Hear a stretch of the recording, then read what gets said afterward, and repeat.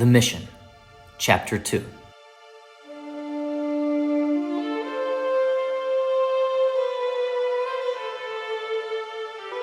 It's barely sunrise, and Alfonso Barnes walks down the narrow corridor of his hotel, carrying a mop and a bucket full of dirty water. You might think it unusual for the proprietor of a luxury hotel to also be its cleaner. And in this case, you'd be right. Alfonso peeks inside a room to find Nathan Birge slumbering in a deep sleep on the bed. So Alfonso smiles big, swings the bucket, and launches a deluge of dirty mop water all over the sleeping Nathan. Up and at 'em, boy! We got something important to do today. Okay, here I am. Get yourself together and get downstairs, Nathan. It's time for breakfast. Breakfast. Oh, right. Thank you for the courtesy, Mr. Barnes. Don't thank me yet. Breakfast isn't served. We have to catch it. Fish, that is. I'm going fishing, and you're coming with me. Get yourself together and meet me on the porch. Moments later, a wet-haired Nathan Birge finds Alfonso Barnes waiting for him outside the hotel, with two perfectly groomed horses, both light gray in color. Beautiful horses, Mr. Barnes. They both yours? Only the best and fastest, and always in my favorite color, gray. Now saddle up, cowboy. We gotta catch them fishes. Nathan smiles and thinks to himself, maybe there are a few adventures left in this old hometown of his. And off they go, racing down South Street and onward, down under the mountain, towards the lake known as Lake Cowpounce. Alfonso proves faster. He's a veteran rider, especially on this familiar trail. By the time Nathan reaches the lake, Alfonso is already at the water's edge and directing the uploading of a flat-bottomed fishing boat from a wagon he sent there in advance.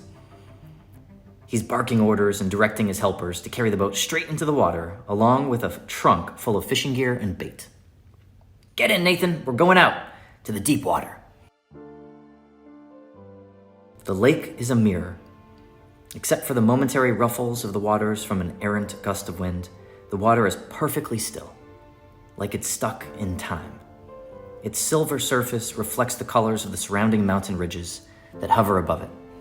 There's dark shadows from the crocky crags, glowing greens from the pines, and luminescent bursts of yellow, red, and orange from the leafy, deciduous trees.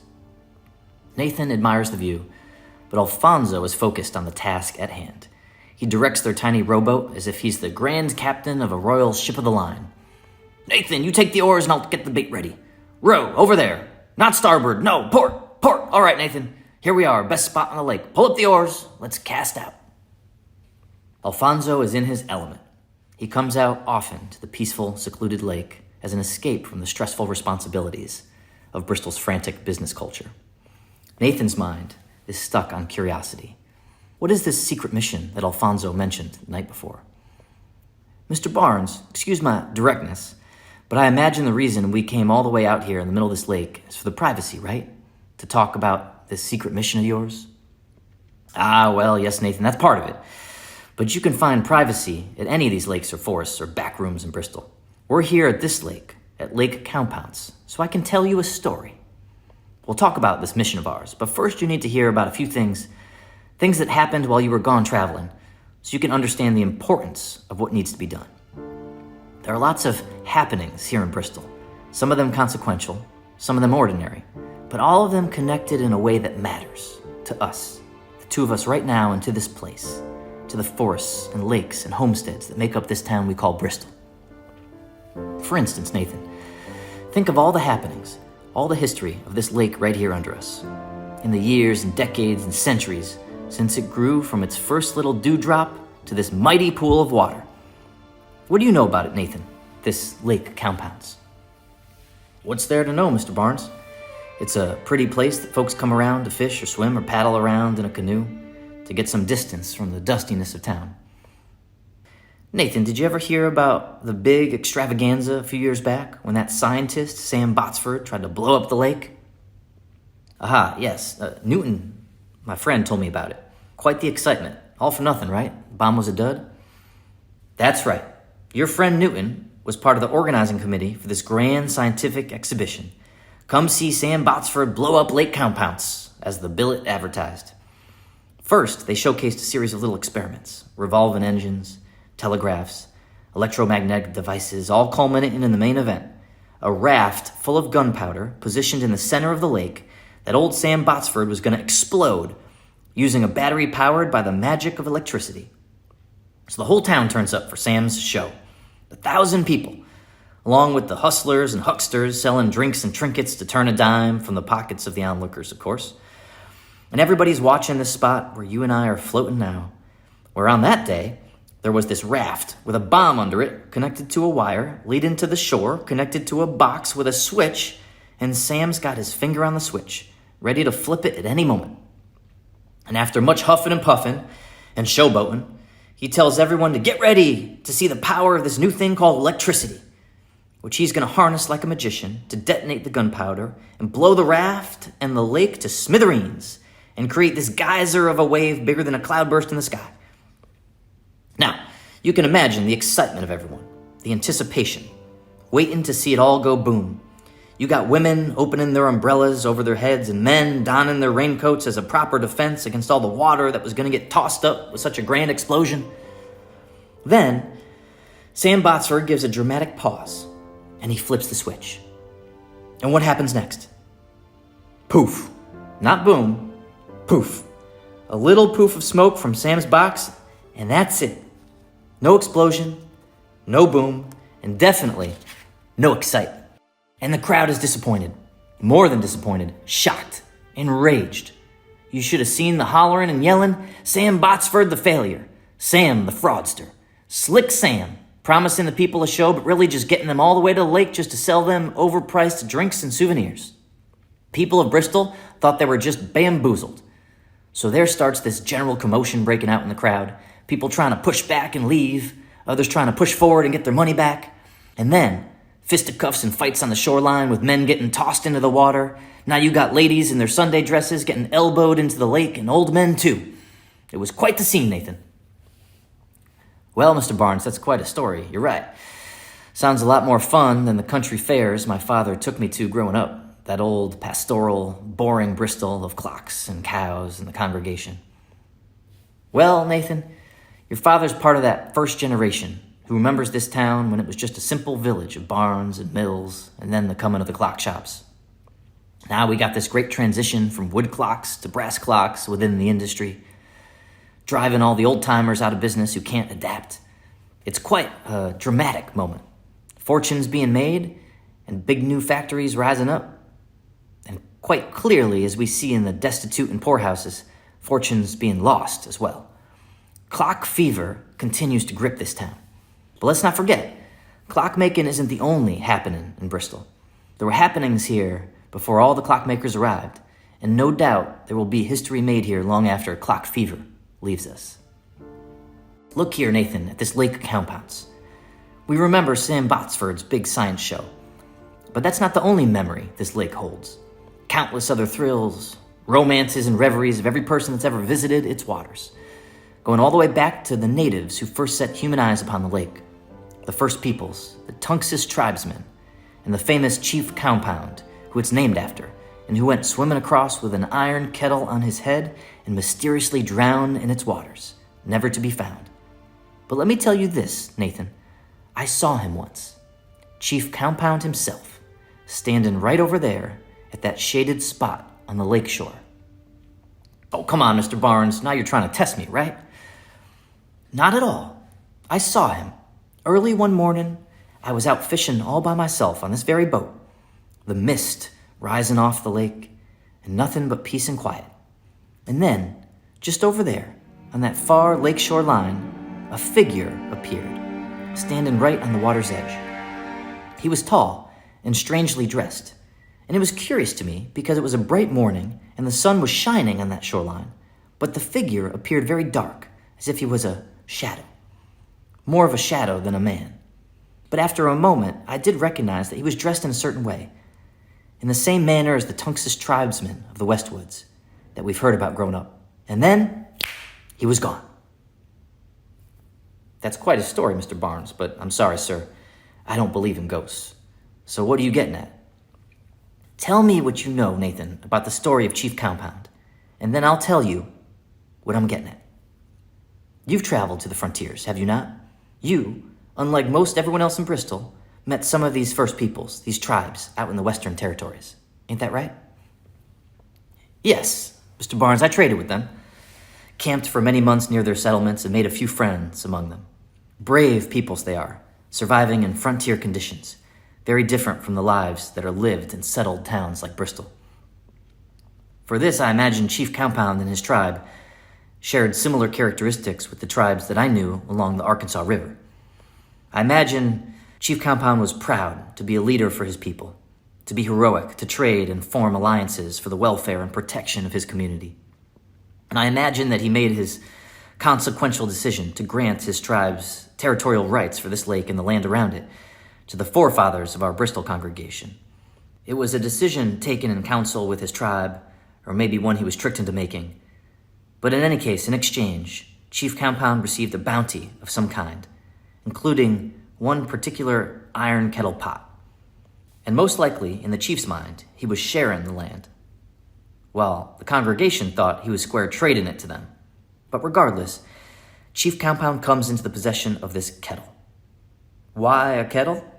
I imagine that someone who does all their cooking in stone or clay ceramics would place a high value on the usefulness of a metal cooking pot. To you or me, a kettle might be something ordinary, but to Chief Compound, maybe it was near priceless. An empowering new cooking pot designed to help feed the family, right? So I imagine it becomes a popular item, quite in demand around his community. And so he often might carry it with him in his travels around the lake to safeguard it. Until one day, he makes another consequential decision, to swim with the kettle across the lake. I imagine that to free up his hands to make the swim, Chief Compound thought to carry the kettle on his head like a helmet. So here's Chief Compound swimming across the lake, and then it happens. He disappears. Whether he was pulled down by the weight of the kettle that got stuck on his head, or something else pulled him underwater, Chief Compound disappears into the lake, never to reach the other shore, and never to be seen again. Except, apparently, by you, Mr. Barnes. Yes, indeed, Nathan. And that was a very good telling of the story, my son. Interesting analysis. You don't believe in ghosts, but whether that was the ghost of Chief Compound that I saw, or a reflection of something else, I do believe that there's more to this world than you or I can see with our own two eyes. You see, Nathan, I don't conform to all these singular views of the world. It's probably why my papa got after me when I strayed a bit from the congregation. I've been called a spiritualist, but I think it's better just to call me a businessman. Around here, if you are a successful businessman, people will pretty much look past all the things that you aren't. Unfortunately, one of the bad side effects of Bristol's success story is the development of a certain condition, a disease of sort called high society, which is a very difficult thing to manage if you've never been involved in it before. And there's no cure for it, Ha. For me, it's been a rocky road. The preachers don't like me because I drink. The politicians don't like me because I drink with the Irish. And the Irish, well, they like me. But that's the challenge, doing anything in life, Nathan, especially when you're the son of someone of stature in these small communities. For you, there's a lot to live up to being John Birge's son. And sometimes it's easier to get some distance in order to carve out an identity of your own, to find yourself, your inner spirit. So, Nathan, did you find that inner spirit of yours in all your adventures? I mean, you didn't find a fortune, you didn't find religion, and you didn't find a wife. And it doesn't seem like you found yourself either. So what exactly did you find out there, Nathan? Well, Mr. Barnes, I suppose I don't know. Yet. Right up until the end, I had this belief that all my travels were this long, connected chain of events, that there was something special waiting for me at the other end, like destiny was driving me forward. First to New York with its energy, its people, then Europe with all its majesty, then the West, the wilderness, endless landscapes and mountains and the savagery of daily life, and California and those camps and caves and holes, digging for some shiny rock but finding only dirt and darkness.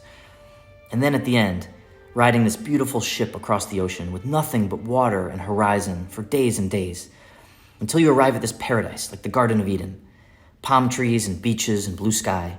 And then, right then I thought, well, this is it. Now I've reached the end. Went through the highs and lows and arrived at my paradise. So I sat there on the beach, watching the waves in the sky, watching what the end looks like right there in front of me. But there was no great victory in it, no big revelation. I came all that way to the end of the earth, and all I could do was sit there. So I don't know, Mr. Barnes, what there is to be gained from all my adventures, but I still feel there was some kind of purpose in it for me, that I was destined to see all those places, because in the end, something's got to come of it. There's got to be some use for it all.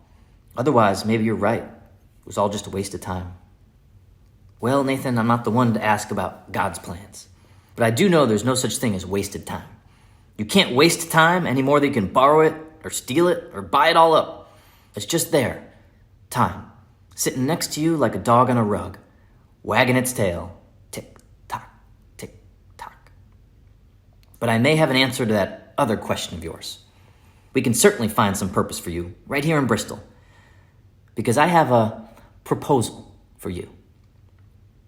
Well, Mr. Barnes, to be frank, I'm not interested in any clock business or tavern business or any kind of business exactly. That's exactly, Nathan, why you're the man for the job. You see, these past few years around here, things have been going wrong in this town. No one's quite sure the cause of it. Could be circumstantial. But once a misfortune happens that has all the marks of being intentional, then people start getting scared, start losing confidence. There's something going on and somebody needs to put a finger on it. And if it's agreeable to you, I'd like you to look into things a bit. You're the perfect person to do so. You know this town, you know the people, but they don't quite know you because you've been gone for so long. So you can look out with fresh eyes, figure out what's really going on. So you want me to be a reporter? No, Nathan. A reporter just gets the news after something's happened. What we need here is a detective. Somebody that can look at all the suspicious things that have happened and find the pattern of it all, so we can stop the next bad thing from happening. This is the mission, Nathan, and it's important. Consider staying in Bristol for a while. Consider helping us solve this mystery. Be our detective, our inspector.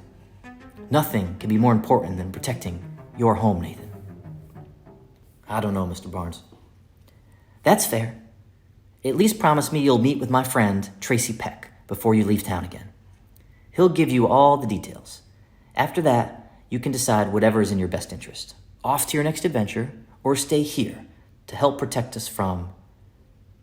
From what exactly, Mr. Barnes? Well, Nathan, that's your job to figure out. And therein lies the lesson of these two stories that I just told you, and why I felt it important to tell them while we're sitting here on this same lake where they happened. Everywhere, and especially in Bristol, mankind is inventing and discovering and experimenting. We're witnessing the invention of amazing things: train stations and brass clocks, electromagnetism, discovering extraordinary new methods in science and mechanics, finding new and dangerous powers right at our fingertips. And we don't always know what will become of all these discoveries, or what consequences are set in motion because of all of our experimenting. Consequences we can see, and maybe some we can't see. But listen here, Nathan, because here's the moral of the story. Right now in Bristol, we're in a very dangerous moment. We're all sitting on a boat full of gunpowder wearing an iron kettle on our heads, and no one knows what'll happen when the next Sam Botsford flips the switch. A poof or a boom. But we need someone like you to watch our backs and protect us, or all of us will end up under those dark waters. Well, Mr. Barnes, I don't know what to say. Say yes, or I'll tip this boat over right now and send us both to the bottom of the lake. Okay then, yes, I'll do it. I'll do it. Outstanding. You'll be my secret agent in the field. But just for this season, Mr. Barnes, not a day more. Fine. Well, you better not take forever, because we can't stand more than a few more bad happenings around this place before the whole town falls in on itself. Plus, that lovely lady, Miss Adeline Smith, can't wait forever for you to ask her out to the ball. I got a fancy suit in my closet, and it'll fit you just right. Did they teach you how to dance in the Wild West? Nathan smiles, then whips his fishing line upward like a whip, pulling a fish from the lake and landing it right down in the middle of the boat. Dance, Mr. Barnes? No, but I did learn how to fish. Nathan returns to his father's home and his long-awaited welcome, a big hug and a warm meal. The next morning, he meets his secret contact, the man who will indoctrinate him into his secret mission. Nathan's contact is none other than Tracy Peck, Bristol's preeminent lawyer, scholar, poet, and politician. Nicknamed the Squire, Peck was born in the same year that Bristol was incorporated as an official town and was elected or appointed to nearly every government position: town clerk, judge of probate, local selectman. And where he didn't serve, he had well-placed allies, everywhere from the legislature and the Senate House to the inspector of bridges and highways. Peck was a man with connections, a man who knew many of Bristol's secrets, and for the secrets he didn't know yet, he knew where to find them. And so that's why Alfonso Barnes tapped Peck to be Nathan's ally and guide through the murky waters of Bristol's political and business circles. Nathan arrives inconspicuously in the middle of the day at Peck's private law office, located in the upper story of an impressive brick building overlooking Bristol's busy Main Street. Peck wastes no time. After shaking hands, he sits Nathan right down at a conference table. "Mr. Birge, may I call you Nathan? Great. So, Nathan, Mr. Barnes conferred his approval for a special mission and selected you as his agent, the man for the task, so to speak. So let's get right into it, no?" A few short years ago, all of Chauncey Jerome's 4 clock factories burned to the ground in a single night. The inspecting officer wrote in his report that some boys were playing with matches around the back of Jerome's wooden buildings, which lit some shavings under the floor, and then everything just caught fire real quick. But Mr. Barnes and I, we have our suspicions of foul play. Your mission is to investigate what really happened. Find out who really lit the flame. You must uncover who attacked Jerome's factories and caused Bristol's most successful clockmaker to leave town. That's it, Mr. Peck? That's my mission? I have to admit, it seems a bit trivial. Jerome is gone, but other clockmakers took his place. The clock business is bigger than ever in Bristol. Yes, Nathan, that is the current state of affairs. But the horizon ahead is a stormy sky, and your mission is absolutely necessary to our town's future prospects. Let me explain a few things to help you understand how much of a consequential event was the destruction of Jerome's factories. Let's remember that Jerome was the king of clockmakers for a reason, and it wasn't because he was good at timekeeping. Jerome is no Joseph Ives. In fact, Jerome represents quite the opposite of Ives. If Ives is a clock inventor, and Eli Terry is a clock replicator, then Jerome is a clock profiteer. Jerome mastered the art of mass production, of efficiency, of generating small refinements to the machinery and methods of producing clock parts that created cost savings throughout the entire production process, and then doubling and tripling those savings by building bigger factories that achieved outsized profits. And in doing all this, Jerome made clocks that were priced lower than everyone else, cheap enough for every farmer to afford, from Arkansas to Vermont. Jerome's success killed off the old opportunities of country mechanics, when a poor young farmer could become a clock apprentice, and in doing so, forge himself a new destiny as a clockmaker, clock shop owner, and then maybe one day, an investor. Jerome's big factories churned out low-cost clocks and broke the chain of opportunity that the clockmaking industry in Bristol once offered. In Jerome's world of kingpin clockmaking, there were only 2 destinies now: to be one of the few factory owners, or to be one of the hundreds of workers stuck in the assembly lines. And Jerome didn't care what he was making. At one time, he used his factories to make carriages, but he decided in the end to make clocks because they had a higher profit margin. Jerome didn't sell clocks because he cared about the art of timekeeping. He sold clocks to straight up make money. But let's remember another thing, Nathan, much more important than Jerome's profiteering business practices. Jerome wasn't born in Bristol. He came here for opportunity, the chance to start his own clock shop after being apprenticed to clockmaker Eli Terry over in Plymouth. Jerome was one of only a few original observers of Eli Terry's clockmaking practices, the mass production methods that we mostly know today, but other methods too that Eli didn't share, even with his own family. secret methods that the other clockmakers, even his brothers and sons, were jealous of. Jerome worked for Eli at the beginning, inside the clockmaster's first factory, just like Eli's other partners, Seth and Silas. And just like them, Jerome never shared his trade secrets from those early days. He was clever. Most clockmakers around here can steal each other's production methods by sending a spy inside a rival's factory or hiring their most talented workers. But no one could ever steal from Chauncey Jerome. His clock operations were tight as a wine barrel. They tell me he'd file his patents all the way down in the state of South Carolina, to prevent his Connecticut competitors up north from seeing them. We also know that if Jerome saw a competitor getting ahead, he would try to buy the competitor in as a partner to one of Jerome's side operations, and just for a few years, after which Jerome would end the partnership and buy the competitor back out again onto the street, all the while using that time to get ahead. So it's my theory, Nathan, that Jerome was on the cusp of creating something consequential. For the first time, he consolidated all of his different factories in Bristol into one location. He even made plans to hire his outsourced contract laborers as internal workers with wages so that they would be loyal only to him. All of these things that Jerome did were strategic business maneuvers to protect and fully control his new enterprise.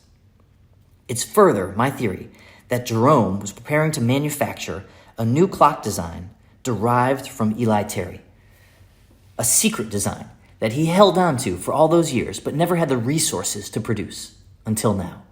A new clock that would disrupt the clock market and generate enormous wealth for himself, just like he did with his brass one-day clocks, and in doing so, jeopardize the profitability of every other clock shop in town, especially the outmatched wood clockmakers who were already on the verge of extinction. So it wasn't just Jerome's factories that burned into oblivion that night. It was the clockmaking methods that he safeguarded there, secret designs and prototypes that he stashed in locked rooms and hidden safes. It's my theory that whomever is responsible for the burning of Jerome's factories is now in possession of these secret methods, and that the big fire was really just a diversion to cover up any evidence of the theft. Who's to say what was really there in those 4 big factories, and who's to know if it's all destroyed and under the rubble, or stolen and intact? And whoever holds those trade secrets, Nathan, holds the keys to immense wealth and the final death blow to Bristol's clock economy, if they can ever figure out how to rebuild what Jerome was trying to achieve. So you're right, Nathan. Other clockmakers took Jerome's place, and the clock business is booming. But it can all go up in smoke again, unless we can find the truth and the culprit behind the firebombing of Jerome's factories. That is your critical mission now, Nathan. Hearing all of this, Nathan is excited, eager to get in the saddle and get started with his investigation. I understand now, Mr. Peck. What's next? Well, Nathan, what's next is that right now, you are going to accompany me to a special meeting of the town's prominent clockmakers. It's an opportune moment to get you involved again in Bristol's business community. And of course, it's the perfect venue to introduce you to all of your suspects.